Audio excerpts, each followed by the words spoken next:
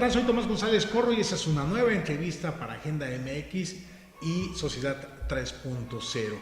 Y en esta ocasión me encuentro con mi queridísima amiga Raquel Torres aquí en su espacio, en su cocina tradicional de comida mexicana, El Acuyo.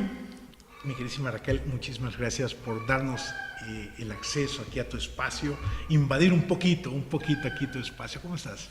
Bien, muchas gracias por estar aquí. No, pues un placer, una charla que ya estaba convenida desde hace un buen tiempo, pero que apenas hasta este momento lo estamos concretando sobre pretexto de un libro que recientemente, en diciembre para ser más específico, fue presentado, que es este, y que se llama La cocina de Jalapa, vida cotidiana del siglo XX. Raquel, uno empieza a hojear, a leer el libro y de entre las primeras líneas es de repente empieza uno a sentir la neblina, empieza uno a sentir el chipichipi de Jalapa, que es justamente con lo que arrancas tu texto de la cocina de Jalapa, vida cotidiana del siglo XX. Jalapeña, orgullosamente jalapeña. Orgullosamente jalapeña, sí. ¿Qué te motivó a escribir este libro? Digo, aquí en el libro lo explicas, pero platícanos, por favor.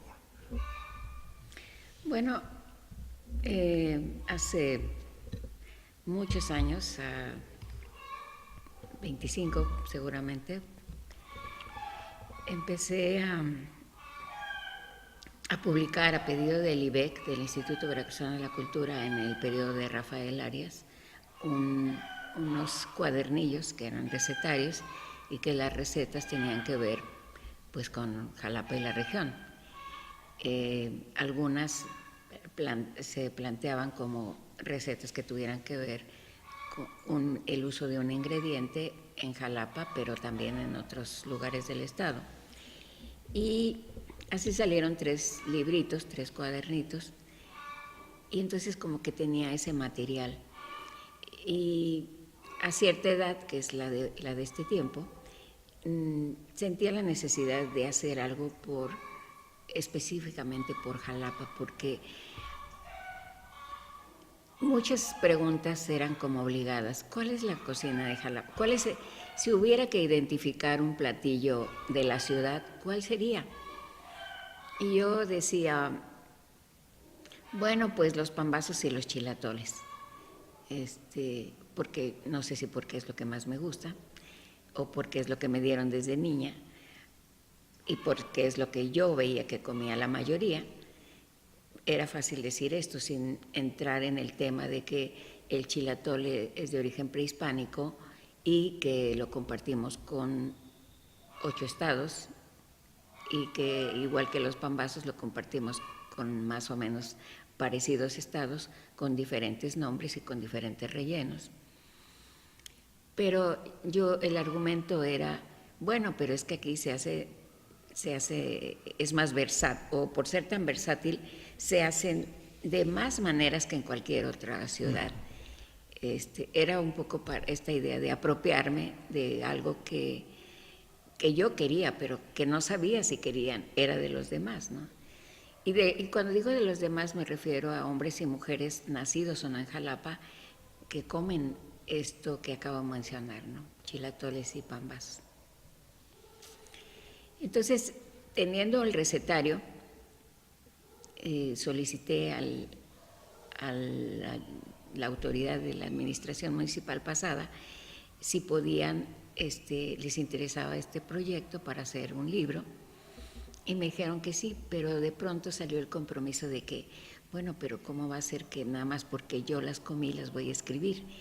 O porque andando en el mercado hacía notitas y pedía las recetas y les escribía. Yo creo que si se supone que tengo una deformación antropológica o cierto rigor, ¿por qué no hacer entrevistas a jalapeños o a jalapeñas que hubieran nacido aquí, que sus padres también hubieran nacido aquí, para tener la certeza de que esas recetas que yo también, esas comidas que yo había degustado en mi infancia y en este tiempo, pues tuvieran una vigencia por lo menos de 100 años. Eso fue lo que me llevó a hacer entrevistas para dar respaldo a un listado de recetas que aparecen en el libro y que no están las recetas.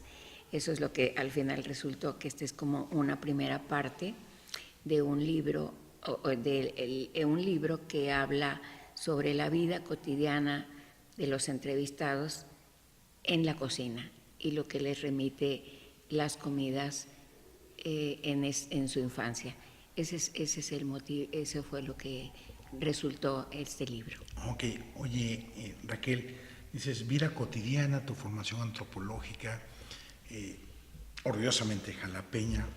Arranquemos por tu vida cotidiana como jalapeña, tu infancia, tu juventud, tu desarrollo aquí. ¿Qué es Jalapa para ti, Raquel?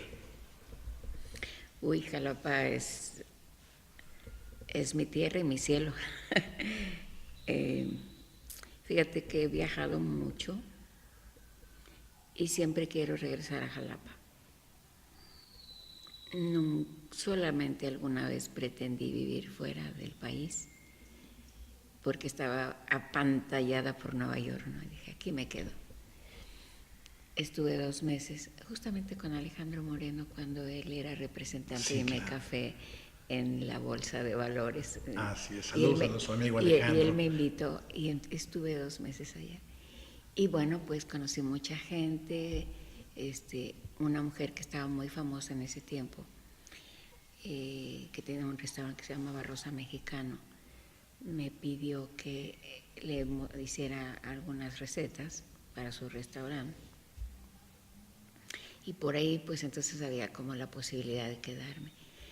Pero no, yo tenía 2 lugares aquí, que era la Churrería del Recuerdo y la Fonda, en el Callejón del Diamante. Y decía, pero pues es que tampoco necesito estar allá, yo necesito estar aquí, porque además aquí estaban mis hijos, ¿no? Pero hablo del tema porque siempre he querido estar en Jalapa, porque sí estoy orgullosa, como lo hemos mencionado, pero amo la tierra. Y mira, es la primera vez que digo amo, me parece que es como un término que a veces está manoseado, pero lo digo sinceramente, yo quiero esta tierra en la que nací y en la que me parece que si camino me encanta ver que en cada esquina veo las montañas y que si voy al mercado veo muchos productos frescos que están alrededor de Jalapa. Creo que es un lugar donde se come muy bien, se puede comer hasta barato. Bueno, ahora con esta carestía no tanto, pero, y bueno, también tiene que ver con cocinar. Si yo sé cocinar, sé cómo ahorrar. Si no sé cocinar, claro, entonces tengo ahí, se va un dinero que no debiera, ¿no? O sea, el truco está en la cocina para estirar el presupuesto familiar. Sí. Entonces, ¿cuál fue mi vida? Mi vida fue la de una niña de una familia que no tuvo muchos recursos económicos, que vivimos inclusive en una vecindad, ¿no? Y que gracias al trabajo de mi padre y a la compañía de mi mamá, porque sí eran pareja, ese es otro tema, pues él fue un hombre con una escolaridad elemental, pero con valores y con disciplina en su momento logró crecer, y en este crecimiento nos llevó a mis hermanos y a mí. Tuve 2 hermanos porque uno murió. Entonces, todo hacer una empresa con él fue familiar. Y eso cambió nuestra vida también, porque cuando uno es pobre tiene una mirada en ese ambiente en el que creces. Claro. Y en la medida en que tu vida por un recurso va cambiando, pues también tu mirada hasta tus necesidades, que a veces no debieran, pero creo que sí sucede. Pero en general creo que fuimos una familia unida, una familia que se nos educó en el trabajo, en la honestidad fundamentalmente también. Y en su momento, bueno, yo decidí que no quería trabajar en la empresa de mi papá y un pretexto fue estudiar fuera. Entonces me fui a la Ciudad de México a estudiar trabajo social. Te escapaste un rato. Sí, y curiosamente de lo que no quería vivir es de lo que ahora vivo, ¿no? De hacer y en su momento de vender comida, cosas que tuvieran que ver con el tema de la comida. O sea, la vida te fue llevando a tus orígenes finalmente. Uno brinca mucho para caer en el mismo petate. Interesante. Oye Raquel, te hago una pregunta que no sé qué tanto tenga una explicación, una respuesta, sin embargo me atrevo a hacerla. Como antropóloga, como jalapeña, como estudiosa de la cocina jalapeña regional, ¿cómo podrías tipificar al jalapeño? Así, en lo general, ¿cómo es el jalapeño? Vamos, a partir de tu historia de vida, tu vida cotidiana, el diálogo con jalapeñas, jalapeños de arraigo, esta parte que decías de por lo menos hacer entrevistas con personas, no solamente que hayan nacido aquí, sino que sus padres también hayan nacido aquí. ¿Cómo podríamos nosotros decir, digo, es algo osado, lo sé, pero cómo podríamos eventualmente decir el jalapeño es así? Yo creo que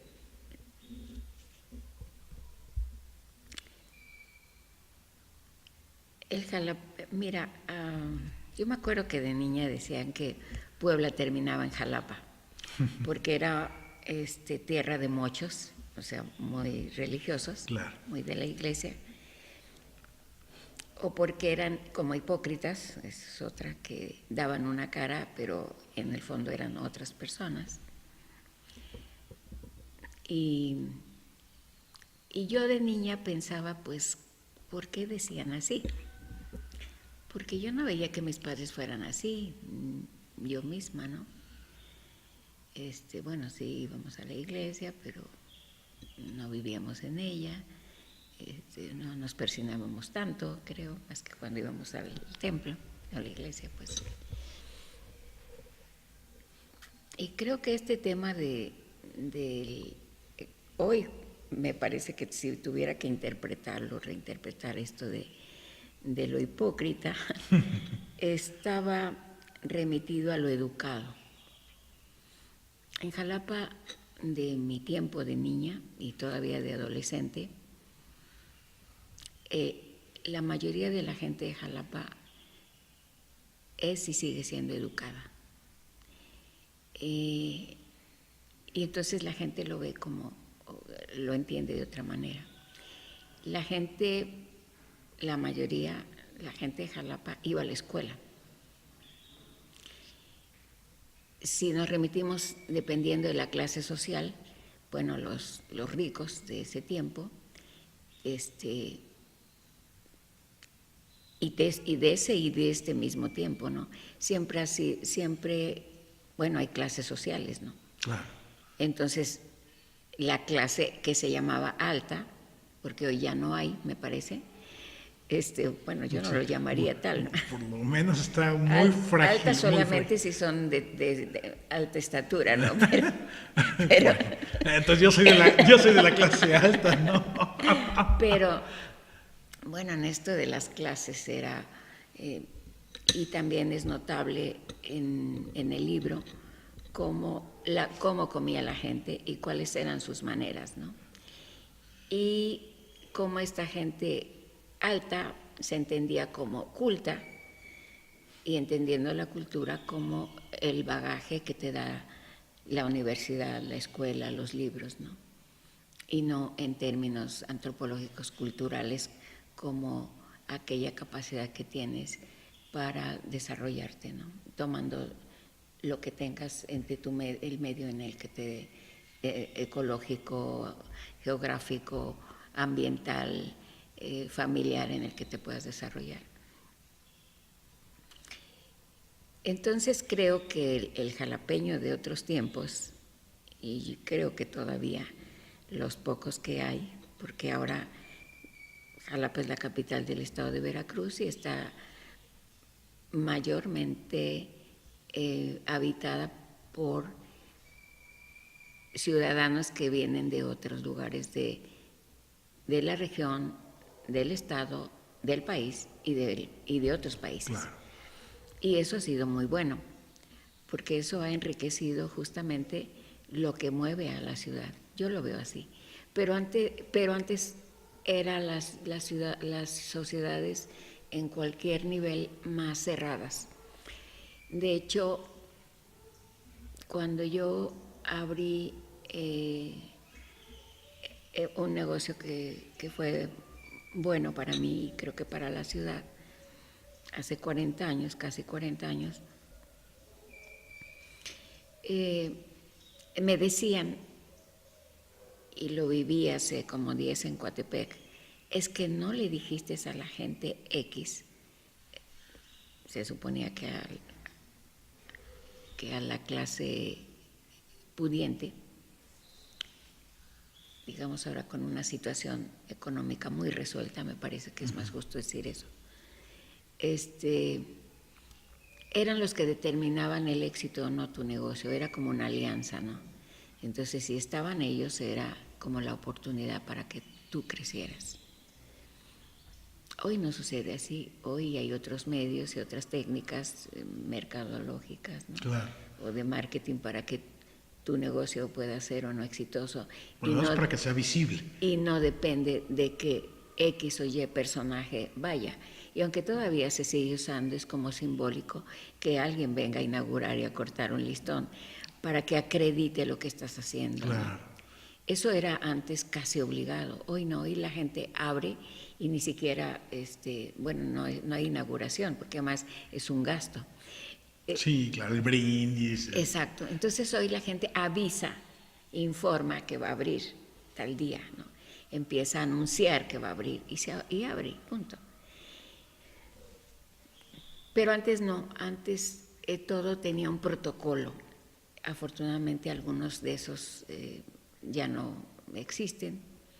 No sé si porque no funcionan o porque son caros o porque ya no son operativos, ¿no? Exacto. No. Hay un pasaje en el libro La cocina de Jalapa. Perdón, pero no sé si te contesté cómo. En general yo diría que la gente de Jalapa y también ahora la que vive en Jalapa, a lo mejor me recuerdo ahorita expresiones como asociamos siempre contaminación a algo malo, ¿no? A algo que no es bueno, se contaminó. Pero yo creo que habría que verlo también. Bueno, se le pegó también, decíamos antes. Si nosotros siguiéramos en esa educación, y todavía, pues la gente vemos todavía que en la calle los vecinos se saludan, comparten alimentos, hacen reuniones. La gente es educada en Jalapa, eso es lo que sí te podría decir. Y hoy la gente es más relajada, antes la educación era muy estricta y entonces claro que las personalidades correspondían a esa educación. De allí el que alguien fuera más clandestino y más disfrazado. Hoy eso creo que ya no existe, pero de manera casi desapercibida. Hoy no se puede ser clandestino, todo el mundo sabe todo quién de es toda quién y persona. dónde está, ¿no? Sí. Y hoy lo que tendría el valor que yo le daría a la ciudad, a los ciudadanos o a los nacidos en Jalapa, es de una personalidad educada, abierta, y sigue siendo religiosa, pero como la religión también ha cambiado, pues también creo que algunos son más abiertos, no todos, entonces hace que la vida pudiera ser más relajada. Aunque esto es de manera personal o individual, porque lo que está sucediendo fuera de la casa es otra cosa. Y entonces, aunque tú quisieras ser más relajado y educado, pareciera que lo que sucede fuera de tu casa no te permite ser tanto. Y si antes la gente estaba en la calle, los niños hoy, por los temas de tráfico, de vehículos, vamos a decir, ¿no? Pues ya los niños no salen a jugar porque los coches pasan muy rápido, ya las calles ya no son para las personas, son para los autos. Y por el tema también de la inseguridad, bueno, la gente se guarda más, ¿no? Está más cuidada de qué habla, que yo creo que este es otro tema que sí ha tenido que ver o que tiene que ver con estas autoaislamientos, ¿no? Claro. La pregunta de la categorización del jalapeño te la hice pensando en un pasaje aquí de tu libro, La cocina de Jalapa, vida cotidiana del siglo XX, en donde hablas justamente de los que llegamos de fuera, ¿no? Que hablan de otra manera, hablan más casi gritando, en donde tú justamente haces, hay un recordatorio de tu niñez donde tú no te dabas bien a bien cuenta si no era lo que te decían tus padres o tus familiares respecto justamente a los que llegamos de fuera, ¿no? Y por eso la pregunta al respecto. Y en este tema de la vida cotidiana, Raquel, y el tema de cómo concebir al jalapeño, ¿qué papel juega en la cocina como para hacer esta mezcla interesante que ya platicabas en el arranque de la charla, pero en esta vida cotidiana, en la vida cotidiana de Raquel, su familia, y conforme vas creciendo y desarrollándote, ¿cuál es el papel en sí que tú consideras que juega la cocina? Entendida esta, obviamente, no solamente por el simple hecho de comer tal cual, sino ¿qué hay más aparte de el solo comer, de este ejercicio de sobrevivencia? O sea, ¿qué más hay para Raquel Torres en cuanto a la cocina?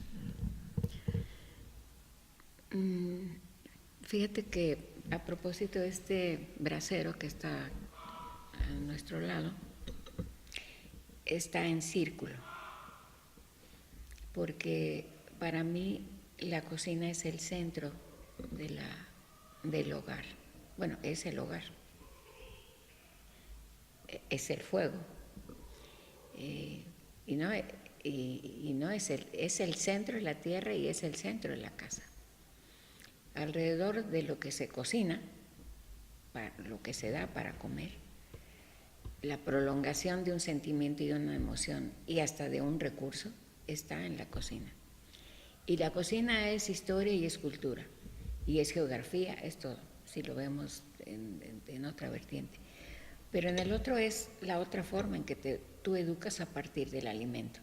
A un niño, cuando nace, la mamá ahora determina si le va a dar pecho o le va a dar mamila y a qué horas. Y si le da pecho, no son a las horas que dice el pediatra que le dé cada hora o cada 2 o cada 3. Es a la hora que el bebé pide. Claro. Es la cercanía de la mamá, porque la está necesitando. Y lo mismo pasa con la comida. Cuando es niño, a un niño pequeño, no le está diciendo, vas a comer a tal hora, aunque luego te digan, ya de grande la vida va marcando los horarios para que tú comas, pero tampoco la vida en sí como vas a comer cuando sale el sol o cuando empieza el crepúsculo, no. Ahora tú comes porque te levantas, tienes que tomar un café o té, no sé, dependiendo de tus costumbres. Claro. Y tienes que ir al trabajo.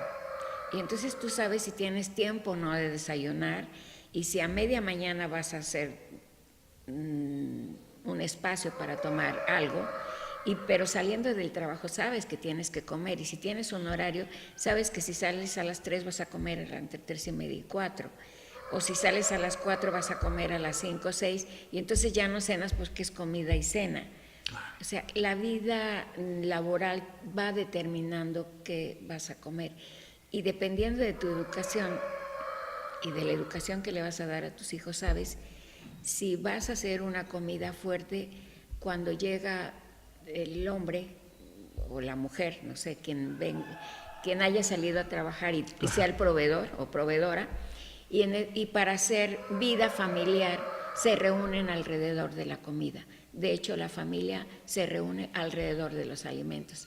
No se reúne, bueno, antes se reunía también alrededor del radio y luego de la televisión, pero hoy cada quien tiene un celular o tiene una computadora y entonces cada quien está a veces en la misma mesa, están comiendo y están en el celular, y esto está sucediendo en las casas y en los restaurantes. Tú ves familias que todos están viendo su celular en lugar de estar comunicándose.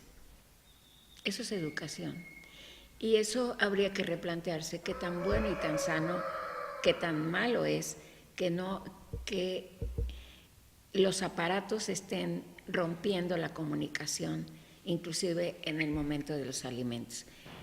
Sí conozco, he estado en casas donde está prohibido estar usando el teléfono en el momento en que se come, prohibidísimo. Y eso es bueno, porque en qué momento te vas a comunicar si tienes otro distractor. Pero a lo que voy es que estamos alrededor de la comida. Creo que la cocina y la comida, que son indisolubles, son importantes porque nos refieren cultura, historia, entornos. Eso es materialmente, pero emocionalmente la comida es algo que está referido a sentimientos y emociones, porque tú estás fuera de tu casa y lo que extrañas es tu comida, ya sea la comida que te hizo tu mamá cuando sales por primera vez, o si estás en armonía con tu pareja, lo que acaba de darte la pareja. Siempre hay una extrañeza por lo que se deja en la casa. Y no extrañas dos cosas cuando viajas o sales de tu casa a otra ciudad, no tan lejos, ¿no? Lo que más extrañas es algo que tenga que ver con el alimento, bebida o comida, pero también extrañas tu cama, ¿no? Entonces no extrañas la sala ni la televisión, no, extrañas dos cosas que están intrínsecas a tu cotidianidad, ¿no? Pero hay una, la de la comida, que está referida a con quién vives, a con quién te da de comer. De allí que para mí la cocina es vital en la vida familiar y en la vida social, porque hoy la mayoría de las personas que hacen negocios también lo hacen alrededor de un desayuno o de una comida, y si es en el amor, de una cena. Entonces, es así, ¿no? Claro, yo recuerdo, y te lo he comentado esta anécdota en distintos momentos, y ahora lo hago aquí frente a cámara, hace muchos años leí una entrevista tuya, no recuerdo si fue en el Política, realmente no recuerdo en qué publicación fue, cuando te hacían la pregunta sobre si en el negocio que tenías, la chorrería, mantenías las mismas recetas. Y tú argumentabas que sí, pero que la gente a veces te preguntaba que si cambiabas la receta o no, porque no les sabía igual.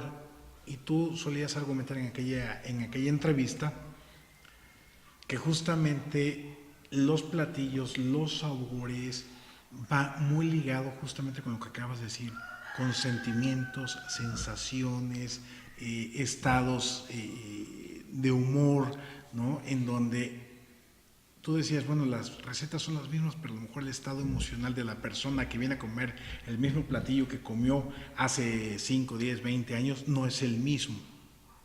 Es cierto. Eso tiene que ver. Pero hoy también podría decirte que, aunque fuera la misma receta, los productos han cambiado. Hoy sí te lo puedo decir. Hace 20 años no hubiera dicho eso, pero hoy el chocolate que nosotros hacíamos era de leche bronca. Hoy, aunque diga leche entera, ya pasó por un proceso de pasteurización. Claro. Entonces, el sabor cambió. Y bueno, ¿por qué leche bronca? Justamente porque la leche conservaba las grasas naturales del lácteo, que eran las que hacían que junto con el chocolate pudiera hacer espuma, ¿no? Hoy tú puedes hacer un chocolate de caja con un buen chocolate y no te espuma. Claro que hoy hay trucos, lo hacen en licuadora y tiene que espumar y tiene que servirse en ese momento. Pero antes no se usaba la licuadora, tenías que molinar, o sea, con el molino. Ese chocolate, molinillo, a emulsionar. Sí. Y era la grasa de la leche la que hacía. Hoy no se puede hacer eso, entonces sí es la misma receta, pero el producto es otro. Hoy hay una moda porque sí me parece que también es moda, y qué bueno, que a partir de la declaratoria de 2010 de que la cocina mexicana es patrimonio de la humanidad, haya una vuelta mirada a las cocinas tradicionales, a los ingredientes, a la recuperación de las recetas y de los ingredientes mismos, a que con nuevas técnicas se haga más versátil un producto como el cacao. Entonces el cacao, como tal, tiene que tener un tueste, X cantidad de azúcar, el natural, para que junto con agua o leche pueda emulsionar. Pero si no tiene eso y se pasó de azúcar, no va a hacer espuma. Y en cambio, un chocolate de fábrica que tiene más licitina podrá hacer que haya espuma, aunque la leche pudiera ser la de caja entera, que no va a suceder con una leche light. Claro. Entonces, ni deslactosada, ni nada por el estilo. Hoy sí cambiaría, junto con el sentimiento que tenga X en el momento en que lo toma el comensal, sí también ha variado los productos. Entonces, lo que te supo hace 50 años, que es un poco lo que sucede en las entrevistas que están escritas en el libro, por supuesto que nada sabe igual, porque los productos son otros, ahí sí. Sin embargo, la gente sigue haciendo lo mismo, y hay algo que son como trampas sentimentales. Siguen comprando en la misma tienda porque les parece que es el mismo producto, es otro producto. Cada vez las tienditas de la esquina, cada vez menos aquí en Jalapa. Pero en el imaginario es que esa persona le sigue comprando al mismo productor, le sigue comprando al mismo carnicero. Hasta las carnicerías han cambiado. Yo recuerdo en mi niñez que las carnicerías o las panaderías, las tiendas abrían a las 6 de la mañana. Hoy son las 9 de la mañana y está cerrado casi todo. La gente tiene que comprar un día antes lo que dice que es fresco. Entonces, ¿cuál frescura? Pero todo esto tiene que ver en lo que comemos. Todas estas magias. Al final también hay como pensamiento mágico alrededor de la comida. Claro, son parte de lo que permite el sostenimiento de esas tradiciones finalmente. Mantenedoras, sí, son mantenedoras. Oye, Raquel, y dentro de las entrevistas que realizaste, ¿cuáles fueron las más significativas o cuáles fueron las que te dejaron más? Entiendo que donde están incluidas, pues obviamente todas se dejaron algo, pero ¿cuál fue tu proceso interno en el momento de hacer la entrevista con fulano, mengano, perengano? ¿Cómo lo fuiste viviendo y cómo te fuiste viendo justamente con la otra persona, con la entrevistada? ¿Cómo te fuiste viendo tú a ti misma en cuanto a lo que estabas escuchando o estabas recabando?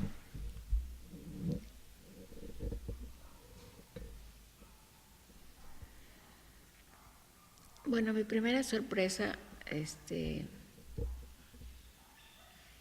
grata, fue encontrarme con mucha gente mayor, casi todos son mayores de 80 años, con una lucidez extraordinaria. Hay un licenciado que tiene 93 años, ahorita 95, que él dice que se acordaba hasta los 2 años de su infancia, ¿no? Yo no sé si hoy también, por esta vida tan rápida, que conlleva tantas tensiones y presiones, esta modernidad o esta contemporaneidad, alguien si no tiene agenda se le olvida todo, o casi todo. Él decía, yo me acuerdo desde los 2 años, y desde los 2 años empezó a narrar su historia. Pero también dijo, pero no me pregunten qué comí ayer porque ya se me olvidó.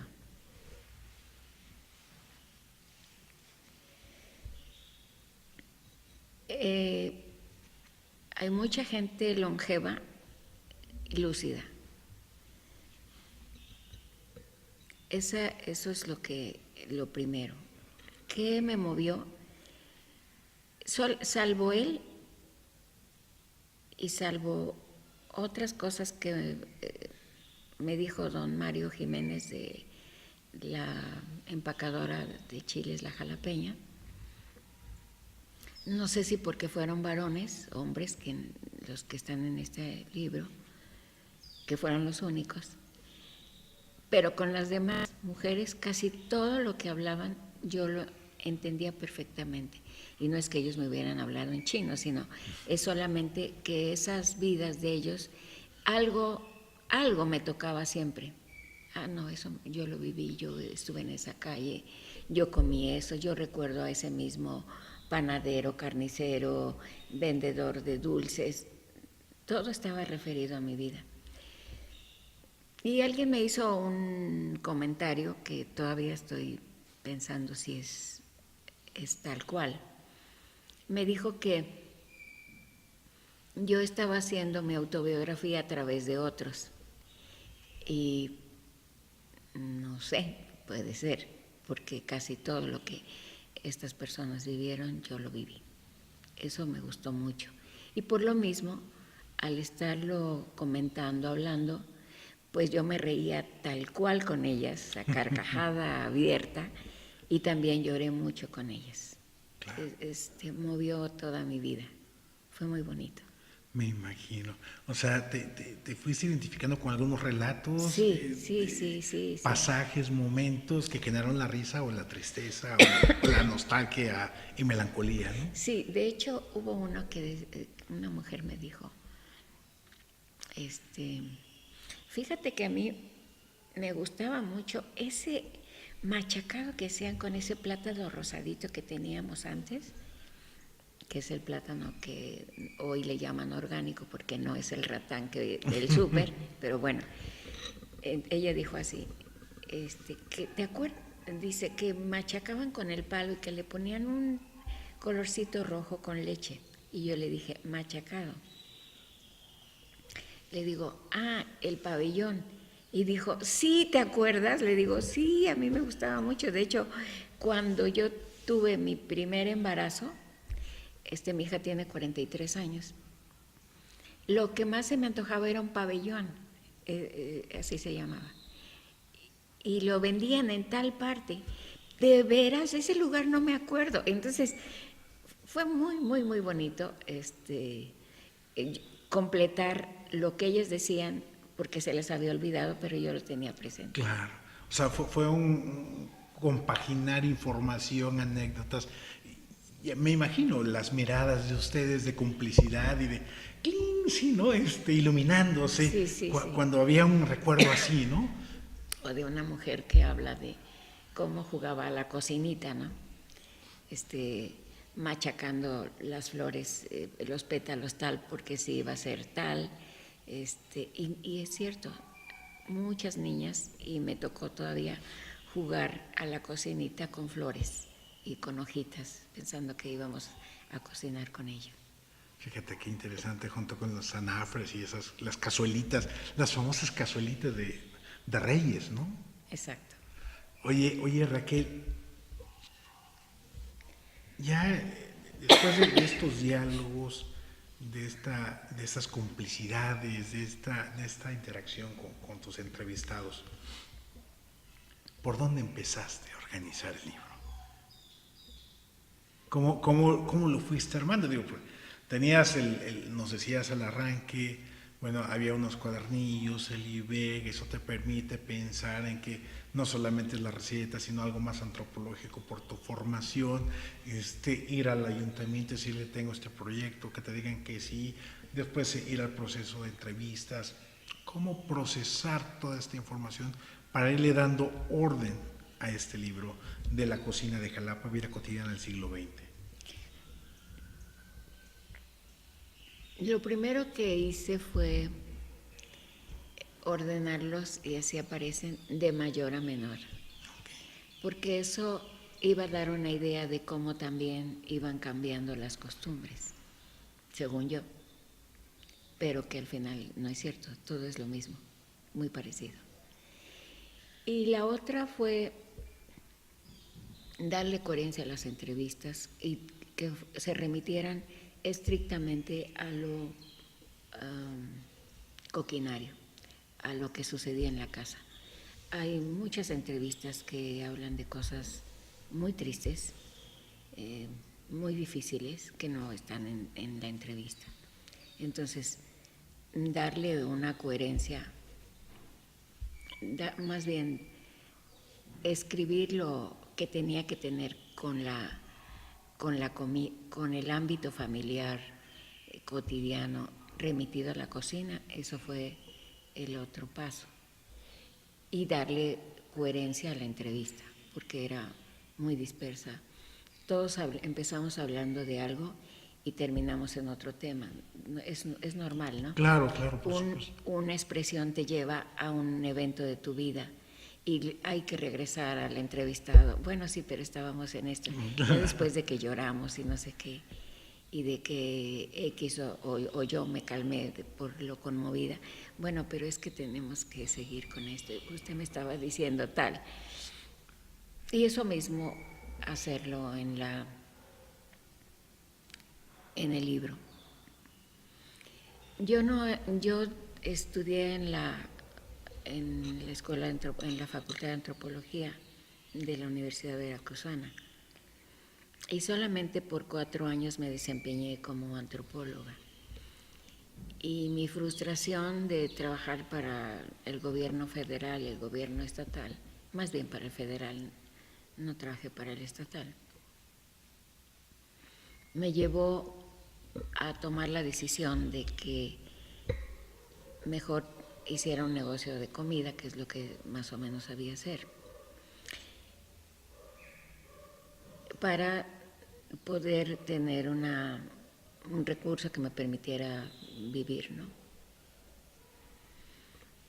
Entonces, yo no he sido una académica de gabinete, ni he leído tantos libros de antropología desde que salí de la escuela, sino temas de antropología que fueran de mi interés.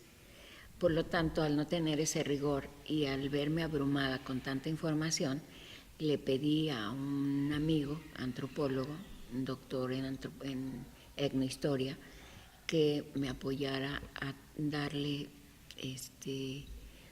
hacer lo que correspondía al rigor de una formación de un libro que tuviera esa mirada, la de un antropólogo. Y eso facilitó en el último tiempo el trabajo. Él es teatrero, entonces lo que hicimos fue que la entrevista tuviera un diálogo que te llevara en la lectura siempre a terminarlo, no a que dejaras inconclusa la entrevista, sino que la dejaras y luego pasaras a la siguiente, para que te mantuviera siempre con una dinámica, ¿no? Claro, darle ritmo a la escritura, ¿no? Esa era la palabra, gracias. Dale ritmo.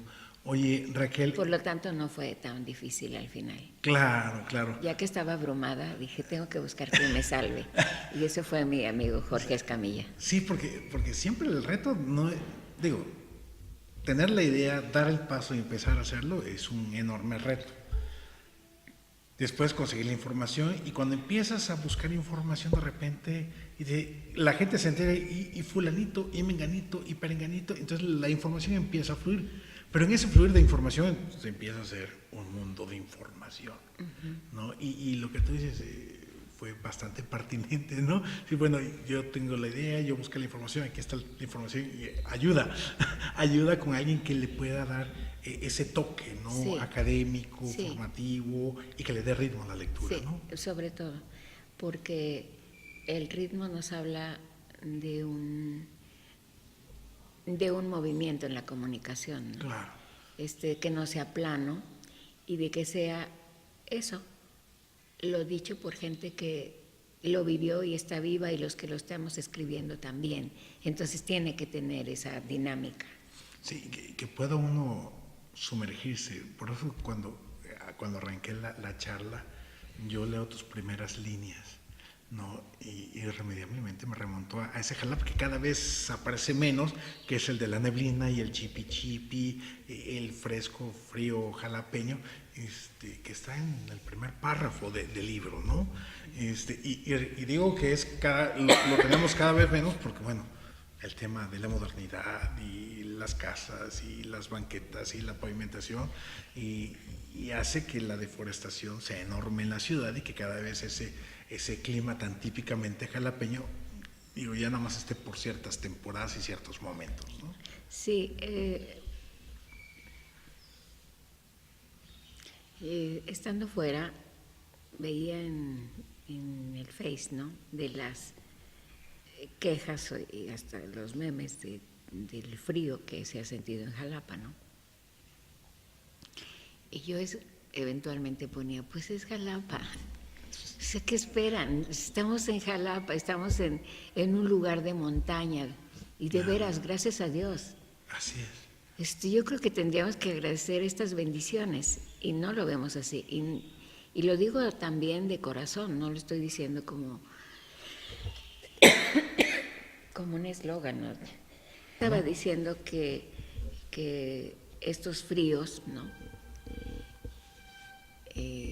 pues que son naturales en Jalapa, por la ubicación que tiene, claro, que es un pueblo de montaña, ¿no?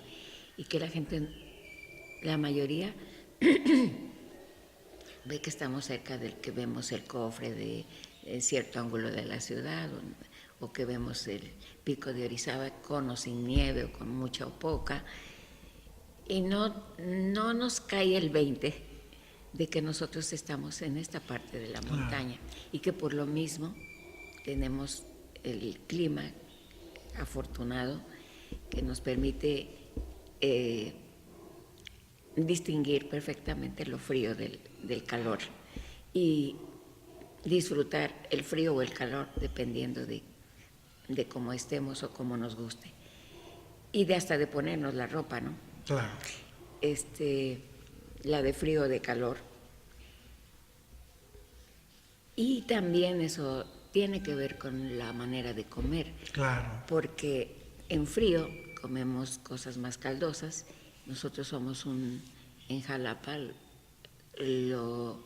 estamos acostumbrados a sopas, ¿no? Que esto no es muy usual en lugares de calor, ¿no?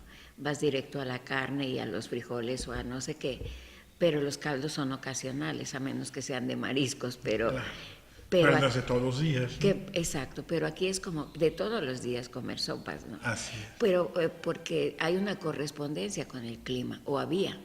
Hoy ya no se come tanto, por lo mismo, por un clima variado, porque hacer un menú más amplio implica más tiempo y más gasto, otras cosas, ¿no? Pero originalmente, no quiero decir antiguamente, pero sí era así. Nuestro menú ha cambiado también por clima, ritmo de vida y economía, ¿no? Claro. Y en ese sentido también la cocina de Jalapa ha cambiado. Sí, los chilatoles. ¿no? Exacto. Que era base de la gastronomía jalapeña regional, ¿no? Justamente por esa condicionante climática, geográfica, que hacía que el cuerpo requiriera algo calientito, Exacto. justamente, ¿no? Que nos recuperara del frío de andar afuera, etcétera, etcétera. Un levantamuertos, casi, Fíjate casi. que yo lo viví con mi negocio de la churrería, porque se me ocurrió la churrería, porque hace 40 años, aunque ya había cambiado el clima, y hago la referencia, cuando yo era niña la gente decía que nosotros teníamos 265 días de frío y de lluvia y de chipi y todo eso. O sea, teníamos 100 días de sol y calor rico. Y eso esporádico, o sea, era intercalado. Exactamente. Eso era cuando yo era niña. Hace 40 decían que ya no era tanto, que ya había cambiado, íbamos como mitad y mitad. Y hoy, que hay menos frío, es cuando pasan hay estas quejas, digamos, Claro. o estos comentarios. Pero lo que voy es que en mi experiencia de tener el negocio de la churrería cuando lo tuve, es que cuando yo lo abrí era éxito y lleno total, hasta hace 30 años o 25, porque el clima seguía siendo frío. Pero en los últimos años, 15, cuando yo dejé el sitio, ya no era el lugar tan esperado, solamente los días de frío, que eran pocos. Para esto sumo la competencia hubo un boom como de cafeterías, Claro. la competencia fue mayor y entonces el negocio como tal ya no era negocio, ¿no? Y fue cuando decidí dejarlo. Pero tuvo que ver con el clima. El clima sí influyó junto con, al cabo del tiempo, con la explosión de los nuevos cafés, afortunadamente, que el negocio dejara de serlo. Y fue el momento en que yo dije pues que también ya no tenía nada que hacer ahí, y traté de retirarme dignamente Claro. porque tenía una ausencia. Cuando yo decidí hacerme comerciante, hoy se dice empresaria, me choca, es como me suena presuntuoso, pero bueno, cuando yo decidí esto, decidí que lo iba a hacer porque yo quería dedicarme al tema de la comida, ya sea a través de investigaciones, haciendo libros, dando asesorías, que creo que eso es lo que nunca me imaginé dando clases, esto fue muy nuevo, tiene 3 años y 3 años tiene el tiempo de este bracero, vamos a cumplir 3 años en 2 semanas. Esta experiencia creo que ha sido lo mejor que me ha pasado en este tiempo de mi vida también, porque es un compartimiento. Claro. Y lo que poco que yo sé es lo que he aprendido de otras mujeres, la mayoría mujeres, y también hombres, cocineros. Lo he aprendido y lo que yo hago es replicarlo. A lo mejor no me sale tan bien como ellas porque tampoco no formó parte de mi vida, sino hoy lo hago porque estando en el Uspanapa con 2 alumnos, uno de ellos me dijo, oiga maestra, ¿y por qué no da clases? Porque yo estaba hablando con una mixteca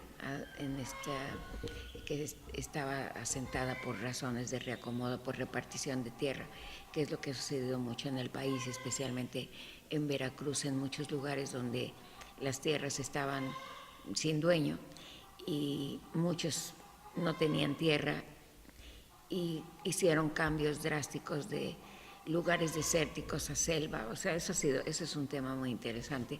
Pero bueno, yo estaba con esta mujer mixteca y yo le estaba preguntando y estaba haciendo un tamal de frijol, me acuerdo. Y le digo, pero que este no se llama así, asado, ¿no?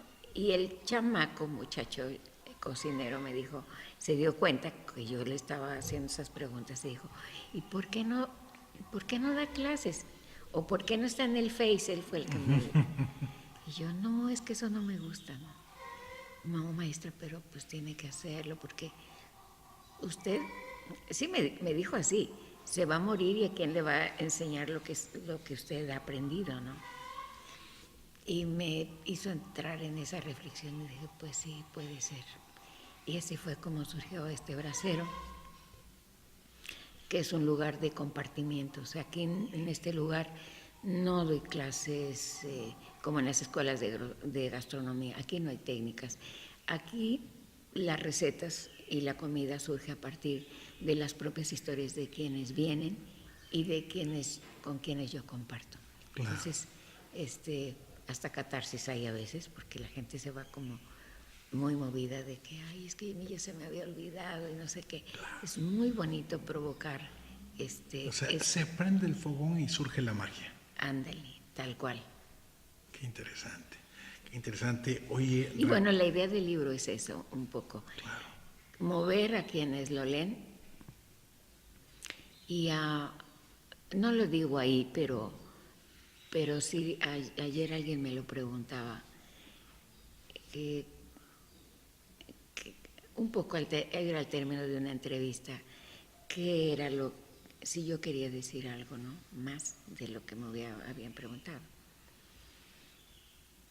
Y yo no sé si tú me lo ibas a preguntar, pero lo que sí puedo decir es que todos tenemos una historia que contar. Claro. Y mucho de la historia que contar empieza en casa y empieza en lo que me dio de comer, quien me haya dado de comer. Y algo que no se ha dicho mucho es cómo las cocinas o cómo las cocineras o quien cocina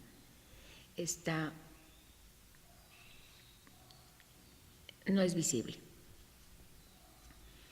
Es muy raro que nosotros demos las gracias a quien cocinó en la casa, se nos olvida por lo que sea.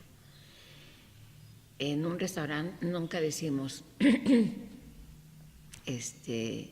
y le dice por favor a la cocinera que está muy rica, sino le dice al mesero, oye, está muy bueno esto, gracias, a lo mejor. Y peor, la mayoría de la gente que cocina, que es mayor, no le preguntan, oye, ¿cómo aprendió? ¿De dónde es esa receta? Yo creo que es algo que tendríamos que hacer, porque es una manera también de recuperar. Claro. No de rescatar, de recuperar recuerdos, de hacer importante a quien cocina. Eso me parece que es importante. Porque finalmente son los que nos marcan la vida. Absolutamente. Entonces, sí me interesa mucho decir esto. Esto es algo que creo que da sentido cuando uno cocina o cuando uno escribe algo que tiene que ver con cocina.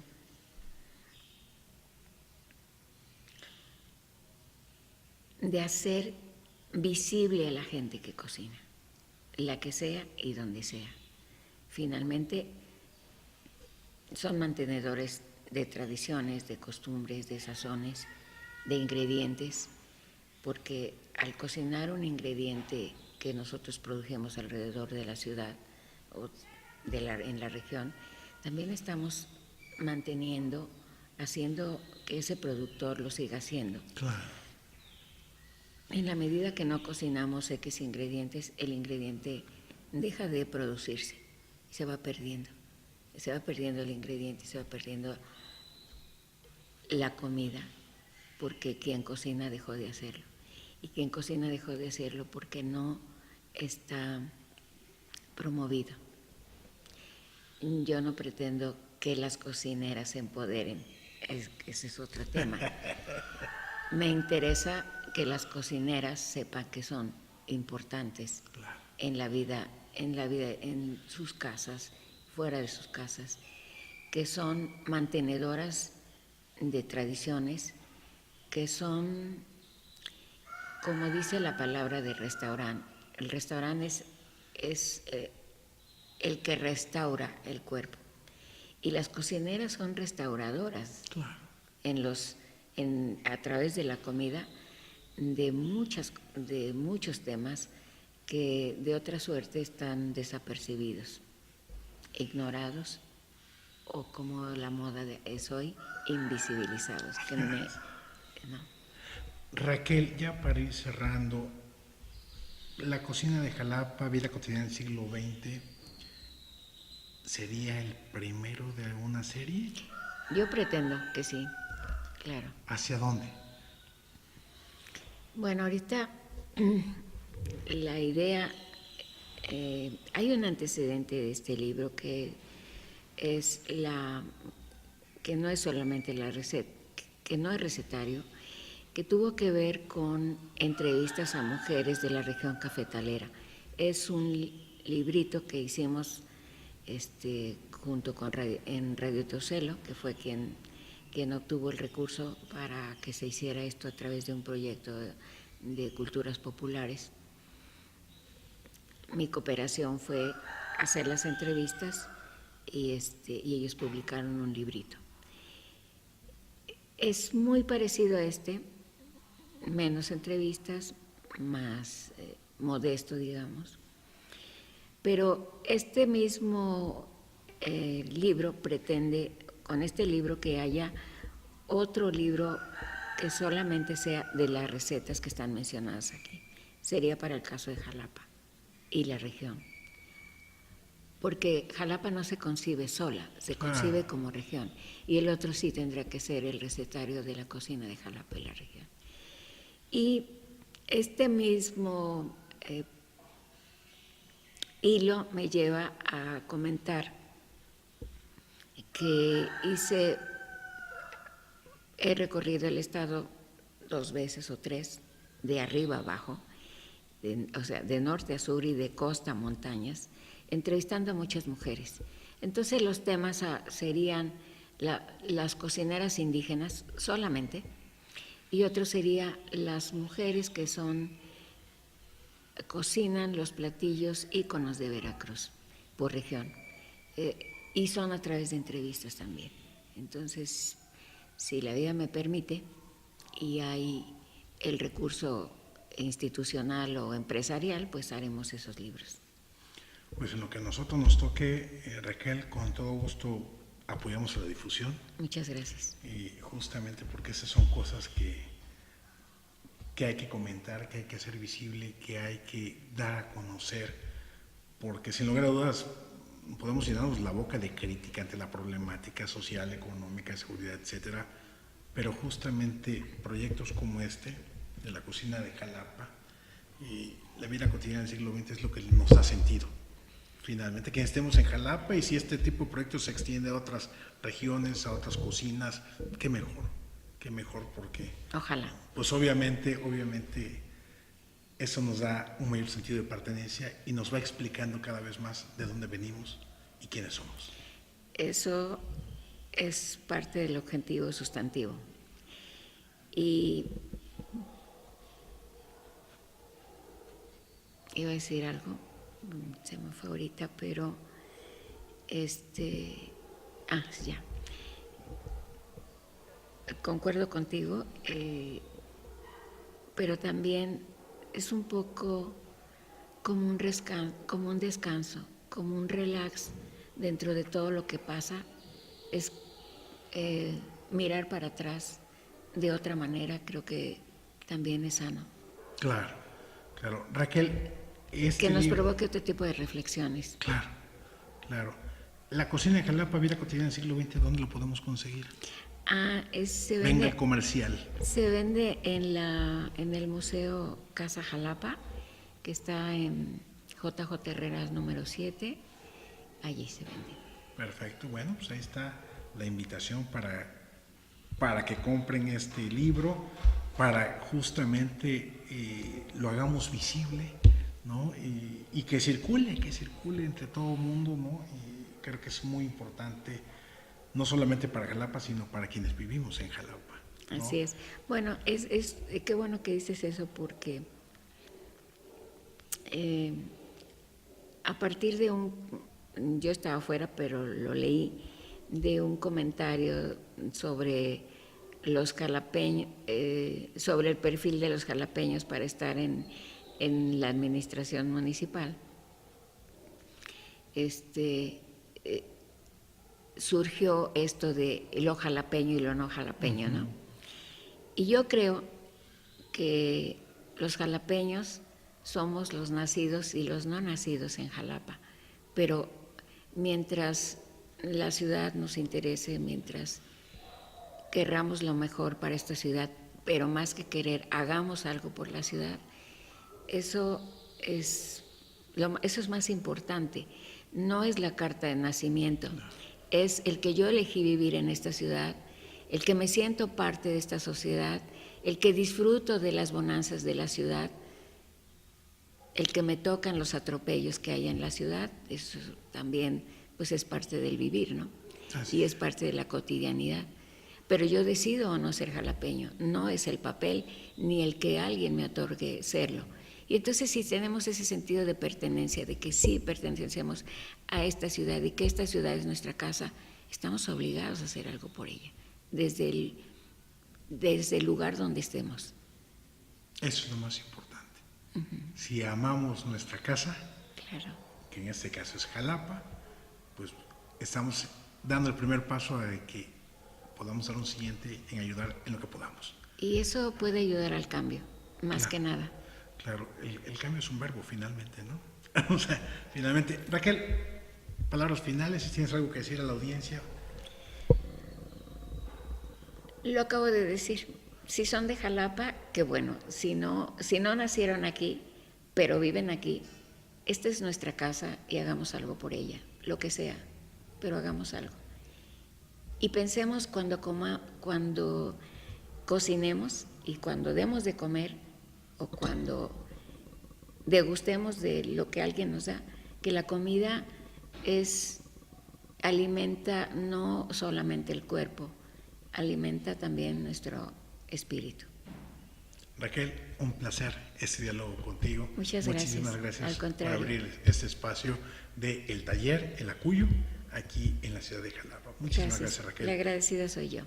Bien, pues esta fue esta entrevista, charla, diálogo con Raquel Torres. Muchísimas gracias por habernos acompañado. Soy Tomás González Corro. Saludos.